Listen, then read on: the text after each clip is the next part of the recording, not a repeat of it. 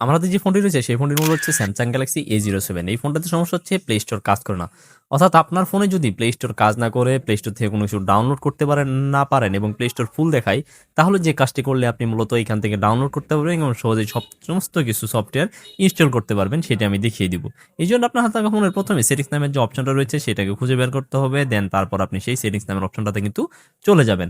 আমি এখন সেটিংসে চলে যাচ্ছি। সেটিংসে চলে যাওয়ার পর আপনার সামনে অনেকগুলো অপশন চলে আসবে। এখান থেকে স্ক্রল ডাউন করবেন, স্ক্রল ডাউন করবেন, স্ক্রল ডাউন করতে করতে নিচে দেখতে পারবেন অ্যাপস নামে একটা অপশন রয়েছে। দেন আপনি সেই অ্যাপসে ক্লিক করে দিবেন।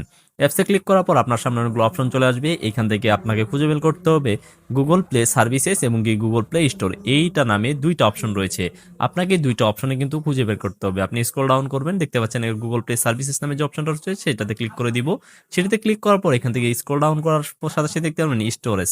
আমি তারপর স্টোরেজে ক্লিক করে দিয়ে এখানে ক্লিয়ার ডাটা এবং ক্লিয়ার কেচ, আমি এখানে ক্লিয়ার কেচে ক্লিক করলাম, তারপর ক্লিয়ার ডাটাতে ক্লিক করে জাস্ট এখানে ক্লিয়ার অল ডাটাতে ক্লিক করে কনফার্ম করে দিলাম। তারপর এখান থেকে ব্যাক করব, ব্যাক করার পর এখান থেকে দেখতে পাচ্ছেন আরেকটু নিচে যাওয়ার পর গুগল প্লে স্টোর নামে একটা অপশন রয়েছে। সেই গুগল প্লে স্টোর সেম কাজটা করতে হবে আপনাকে। এখান থেকে খুঁজে বের করতে হবে স্টোরেজ। তারপর আপনি স্টোরেজে ক্লিক করার পর এখান থেকে ক্লিয়ার ক্যাচ এবং ক্লিয়ার ডাটাতে ক্লিক করে ডিলিটে ক্লিক করে দিবেন।